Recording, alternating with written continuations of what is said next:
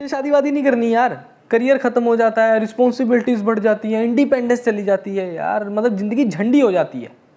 ये सवाल आ गए हैं आज की जनरेशन के। भाई मेरी शादी हुए को 5 साल हो गए हैं और मेरा एक 3 साल का बच्चा भी है और मुझे इस आईटी कंपनी में काम करते हुए टोटल 9 साल होने वाले हैं। मैंने पुणे से पढ़ाई करी, मुंबई में रहा हूँ एज अ बैचलर, प्लस फिर मेरी शादी हो गई थी तो वाइफ के साथ भी वहीं पे था। एज अ मैरिड लाइफ मैंने वहीं पे गुजारी है, फिर वर्क फ्रॉम होम हो गया, फिर जॉइंट फैमिली में आ गया और फिर अभी राइट नाउ नोएडा में शिफ्ट हो चुका हूँ। तो आज के इस वीडियो में मैं अपने एक्सपीरियंस के बेसिस पे बताऊंगा what is the right time to marry. ऐसे दो लोग जो एक दूसरे के साथ हमेशा साथ रहने के लिए रेडी हैं, चाहे वो खुशी हो या गम हो, वो उसके साथ रहने को रेडी है। This is all about marriage.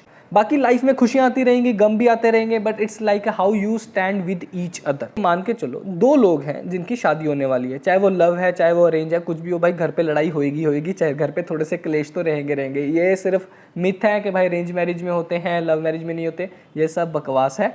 ये हर फैमिली में ही होते हैं। कुछ लोग इन चीज़ों का मजाक बना के, रील्स बना के पैसे कमा लेते हैं और कुछ रियलिटी में लड़ते रहते हैं घर पे। सपोज दो लोग हैं, अभी वाइफ वर्किंग भी हो सकती है, नॉन वर्किंग भी हो सकती है, बट अगर हस्बैंड नॉन वर्किंग है तो वो किसी को बर्दाश्त नहीं होता, बट मान के चलो इस केस में दोनों वर्किंग है। ओके जी, अगर दोनों वर्किंग है, दोनों सुबह उठ रहे हैं, दोनों जॉब जा रहे हैं, वापस आ रहे हैं घर पे और रात को अपना खाना खा रहे हैं, मतलब जो शादी से पहले जो जिंदगी चल रही थी वो सेम अभी भी चल रही है। तो फर्क क्या हुआ? इसमें अच्छा बेनिफिट ये हुआ कि आपको हमेशा एक पार्टनर मिल गया है, चाहे वो आपके साथ डाइनिंग कर रहा है, चाहे आप किसी रेस्टोरेंट में जा रहे हो, चाहे कहीं मॉल जा रहे हो या फिर कहीं ट्रैक पे जा रहे हो, आपके साथ हमेशा एक पार्टनर है। आपको वो बैचलर लाइफ की तरह दोस्तों को पूछना नहीं पड़ता, अरे यार तू इस वीकेंड पे अवेलेबल है क्या, तेरा इस वीकेंड पे क्या सीन है, मेरा दूसरे प्लान्स हैं। तो यहाँ पे आपके कॉमन प्लान्स हैं। सेकंड बेनिफिट ये है कि जब दो लोग शादी कर लेते हैं तो इससे क्या होता है, आप अपने करियर के, अपने लाइफ के डिसीजंस जल्दी ले सकते हो। मान के चलो अगर आपके दोनों की 50,000 सैलरी है, मतलब 1 लाख रुपया होने लग गया, now you can decide in which city you want to settle, in which country you want to settle. मतलब होता है ना, कुछ लोगों के ड्रीम्स होते हैं, यार मेरा ड्रीम है मैं कनाडा चले जाऊँ, ऑस्ट्रेलिया चले जाऊँ।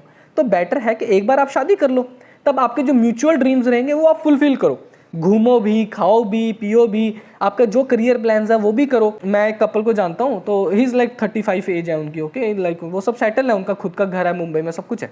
जब रिसेशन का टाइम आया पिछले 1.5 साल में, जब सबको निकाला जा रहा था, तब मैंने उनसे पूछा, यार रिसेशन आ गया, बहुत सारे लोगों को निकाला जा रहा है, तो बोलते यार ठीक है, इट्स ओके, टेंशन नहीं लेनी, हमने 2008 वाला और 2013 वाला भी रिसेशन देखा हुआ है, तो ये हमारे लिए कुछ भी नहीं है।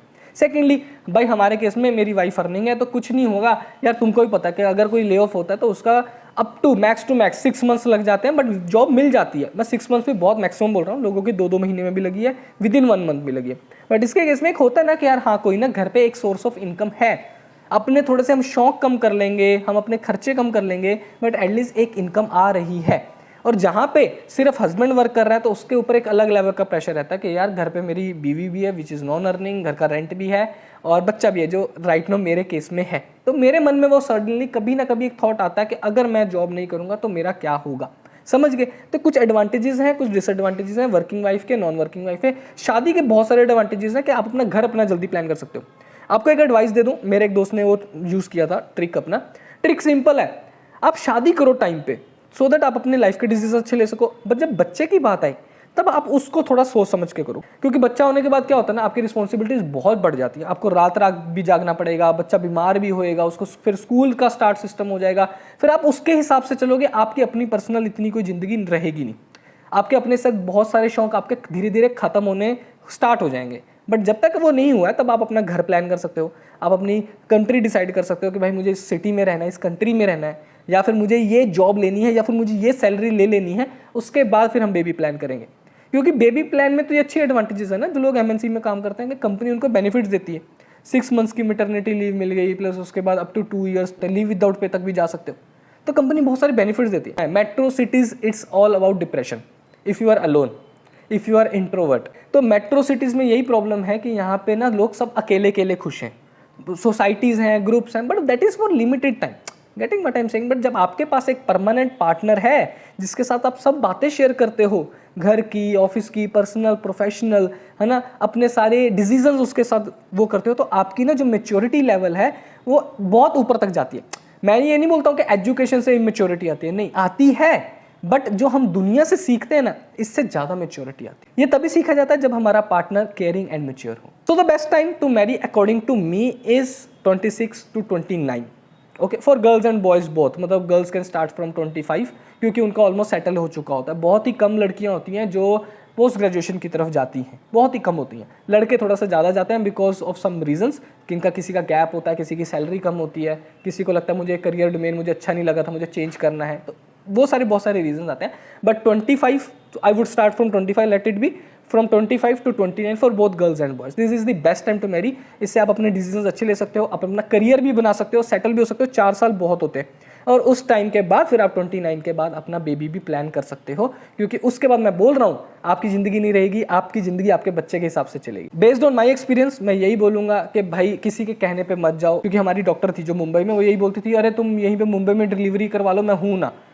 कोई नहीं होता है, आई एम टेलिंग यू, कोई नहीं आएगा आपके साथ। बहुत रेयर चांसेस होंगे कि आपके पेरेंट्स भी आपका साथ देंगे इस टाइम पे, क्योंकि उनको भी होता है यार अभी हम बुढ़े हो गए, हम रात को कैसे 2 बजे तक जागेंगे, अब तुम संभालो, समझ गए। तो मैं बता रहा हूँ जब भी बेबी प्लान करो तो अपने दम पे करना, मान के चलना कि कोई साथ नहीं देगा आपका। और वो ऐसा स्टेज होना चाहिए कि भाई अभी मैं 2 साल तक अभी मेरे करियर के रिलेटेड कोई डिसीजंस नहीं है मेरे।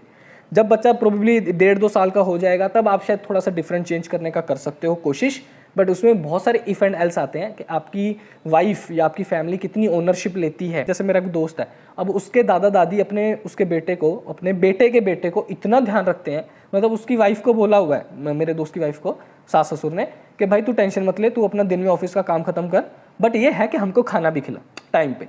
ऐसा नहीं है कि भाई हमने तेरा बच्चा संभाल रहे हैं और तुम हमें खाना भी नहीं पूछ रहे, तुम अपने ऑफिस का काम में लगी हुई हो। You have to become multitasking, you have to become versatile as well.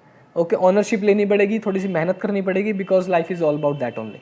Okay, बिना मेहनत के तो कुछ मिलेगा नहीं। अगर आपको वर्क फ्रॉम होम मिल जाए आपकी कंपनी से तो बहुत अच्छा, इससे अच्छा कुछ हो ही नहीं सकता। Because according to me WFH is not work from home, it's work, family and health. Okay, इस वीडियो में सिर्फ इतना ही। अगर आपको वीडियो अच्छी लगी तो लाइक सब्सक्राइब शेयर जरूर करना और मुझे बताना कि आपकी क्या ओपिनियन है इसके रिलेटेड। ठीक है, चलता हूँ, दुआ में याद रखना, बाय बाय।